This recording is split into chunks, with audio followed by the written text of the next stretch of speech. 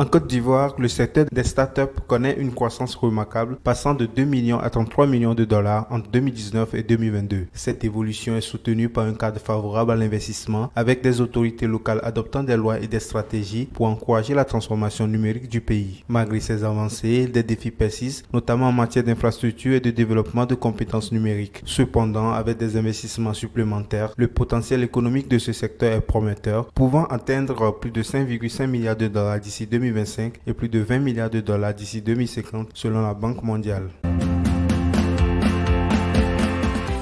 Le Gabon se lance dans deux importantes opérations d'appel public à l'épargne visant à mobiliser jusqu'à 807,9 millions de dollars en une seule année. Dirigé par une transition militaire, le pays teste ainsi le marché des capitaux de la CEMAC. Avec des montants sans précédent, ces initiatives offrent de nouvelles perspectives pour le financement du développement économique régional.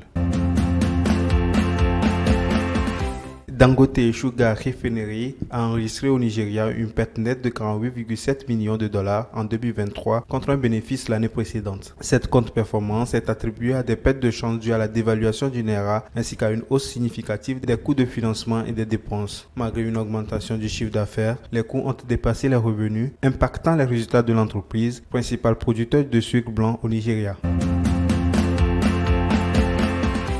Govi S Uranium a reçu des engagements financiers dépassant 200 millions de dollars pour son projet d'uranium Madaouela au Niger. La vérification environnementale et sociale requise par les bailleurs de fonds est en cours, ce qui représente une étape cruciale vers un éventuel financement par emprunt. Avec une étude de faisabilité indiquant un investissement de 343 millions de dollars, le projet pourrait bénéficier du contexte actuel du marché de l'uranium en hausse.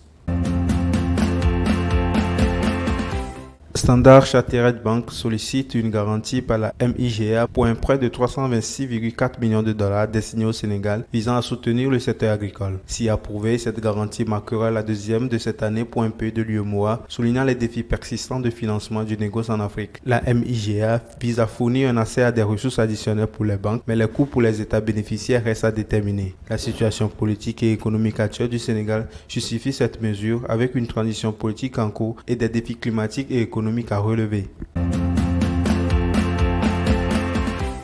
Le Royaume-Uni s'engage à verser au moins 370 millions de livres sterling au Rwanda dans le cadre de son plan de relocalisation des demandeurs d'asile avec des paiements individuels pouvant atteindre 150 000 livres sur 5 ans. Cette décision suscite la controverse, le Parti travailliste dénonçant un scandale financier national tandis que le ministère de l'Intérieur défend cette mesure comme une réponse nécessaire à l'immigration illégale.